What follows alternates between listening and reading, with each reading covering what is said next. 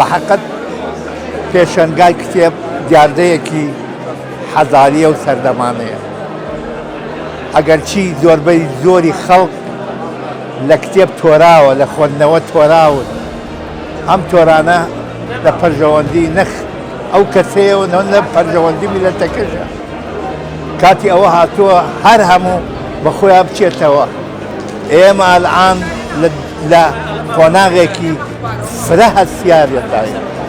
خەڵکەکە لە کتێب تۆراوە، خەڵکەکە لە ڕۆشنبیری تۆراوە. کاتی ئەوە هاتووە گرنگی زۆرتر بدرێتە ڕۆشنبیران و کتێب و پێشەنگاکان.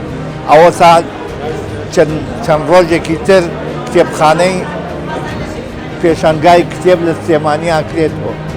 من لەیراوە داواکەم کە هەر نەبێ بڕۆ بزانە لەم دنیا چ جۆرە کتێبێ دەرچووە.